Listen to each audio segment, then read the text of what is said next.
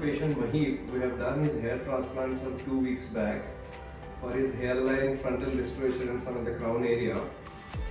Hope the session was good and you like the procedure overall. Minimally painful. Recovered very quickly. Good to hear that.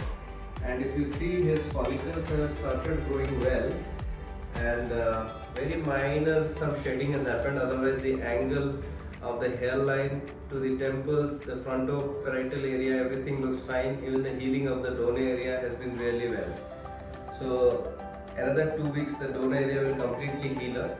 We did almost close to 3,300-400 grafts on this for Mahip, and now he is here today for me to explain him the post-op instructions, what he needs to follow and the medications. So post-transplant, he followed the medications regularly for 1 week, that is the antibiotics, anti-inflammatory and some antacids. And he did the head shower just exactly after 6th day of his hair transplant with a Mahip baby shampoo. And obviously there is hardly any swelling, nothing visible, no obvious swelling or pain even from the next day of the procedure. So the downtime of this procedure of new follicle transplant, what we do is quite less that way, and recovery is very fast. So today I am going to give him the prescription which he needs to use so that he can maintain his existing hairs, and these medicines also are helpful in regrowing of the transplanted hairs as well. So first and foremost, as you know, the topical minoxidil solution will help, which is to start off with 5%. I would rather give him a foam preparation of minoxidil, which will ensure blood circulation, better blood circulation to the baby follicles, to stimulate the dormant follicles, and also for the implanted hairs to get anastomosed properly so that they establish the blood supply well and get the definite nourishment through the blood vessels. So minoxidil is a foam which he has to apply morning, evening on the scalp, also on the transplanted hairs and even on his existing hairs regularly for another year or so. Secondly is a biotin capsule. It is a multivitamin. More than biotin, it has amino acids, sulfur-containing amino acids. It has all vitamins, trace elements, minerals, omega-3 fatty acids and natural extracts like green tea extract, grapeseed extract, etc., which are natural DHT blockers, which also helps in hair regrowth. And thirdly, which maximum people are confused about whether to take finasteride or dutasteride, which are DHT blocking agents. So essentially, as a hair transplant surgeon, we recommend taking a DHT blocker initially for 4 to 6 months post-transplant, where you see the results. So it enhances the result. After that, we lower the dose. Suppose now I recommend you to take finasteride 1 mg daily at night time for another 6 months. Gradually, I will do it at alternate days, and finally, probably I will taper it and remove it from your prescription medicine. So these are the 3 essential ingredients post-op, which is like a minoxidil serum. Then we can give him a herbal peptide hair serum, which can contain procapil, capexil, anagan, etc., which also has herbal ingredients as a DHT blocking and also for hair regrowth. Secondly, we have biotin amino acid supplements, and obviously the third most important is finasteride. On top of that, he can use a low-level laser therapy comb to enhance the hair regrowth by photobiomodulation, and he is regularly taking our PRP or GFC session, which is the autologous growth factor concentrate, wherein we draw some out of his own blood. From his blood we prepare the serum which is platelets. Platelets have growth factors for hair, so extract his growth factors, and when we inject it, that leads to more volume. So every 1.5 months post hair transplant, we have scheduled around 4 to 6 sessions of GFC for him, which is the advanced PRP for him.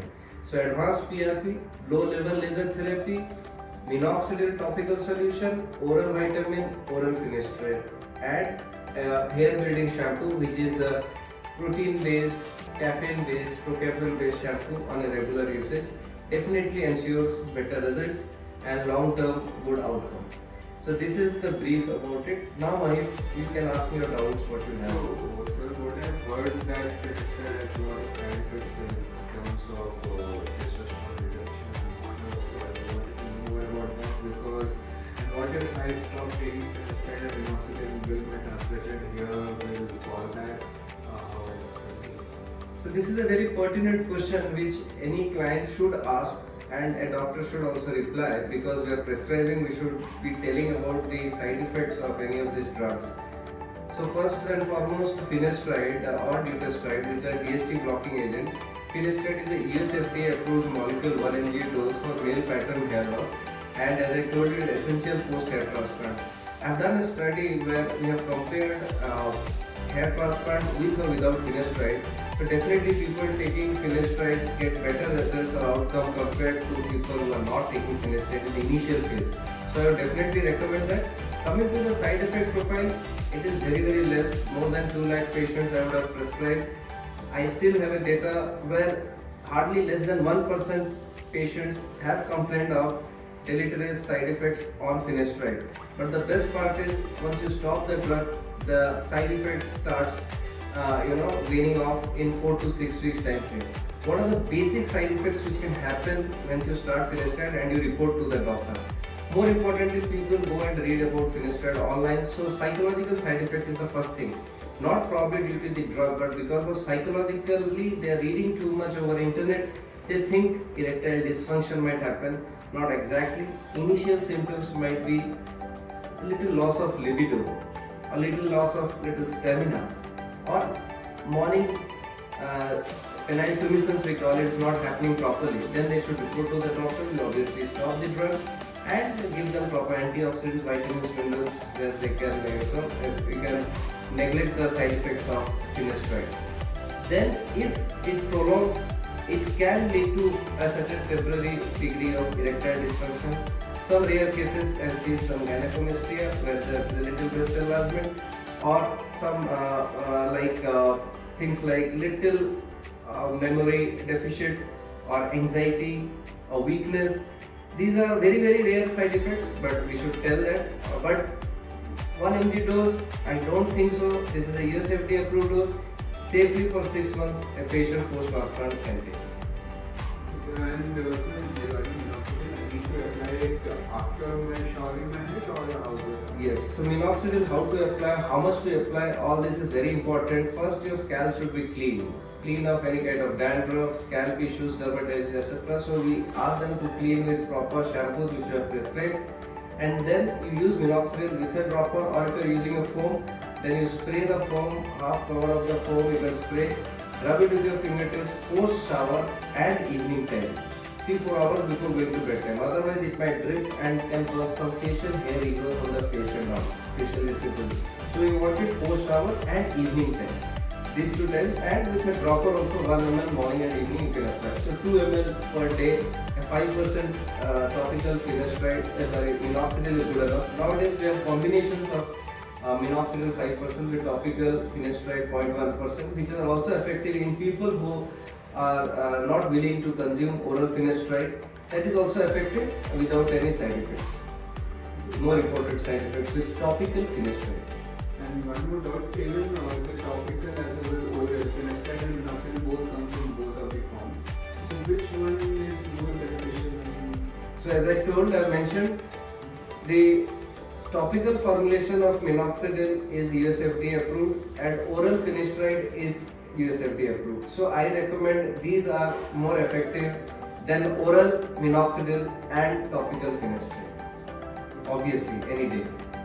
Because there is something called a scalp DHT. The DHT hormone is also on the scalp. So when we apply the topical finasteride, that blocks the scalp DHT effect on the thinning of hair follicles, which ensures better regrowth of hairs.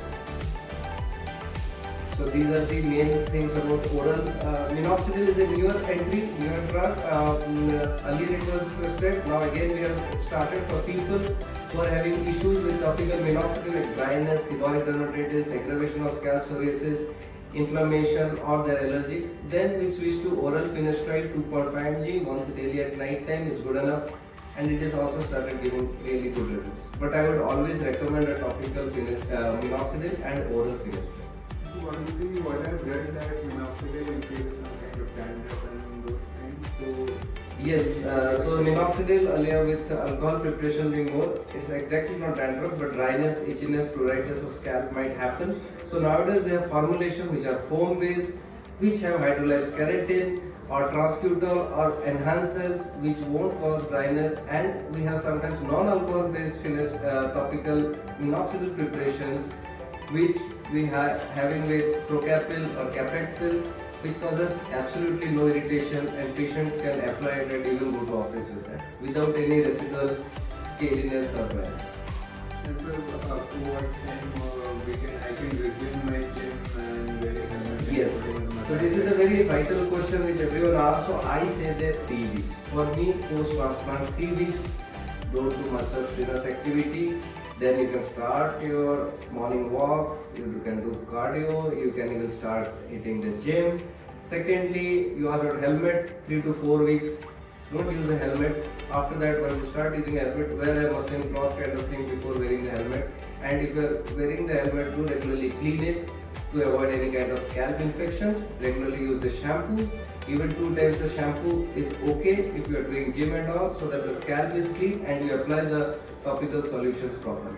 And when can I get back to barber shop for a haircut? So exactly after 1.5 to 2 months, once the existing hair starts growing little faster than the transplanted hairs, so that is the time where you need to visit a barber shop where you can just style your hairs and you can trim it. So after 2 months of hair transplant, you can visit a barber. Some people who color their hairs, after 2 to 3 months of hair transplant, I would recommend for a non-chemical based hair dye they can do the color, which we can recommend as the material. Okay, so I think I have solved some of his questions, but there are thousands of queries post as well. We'll keep you posted regarding more about this. Thank you, Mahip.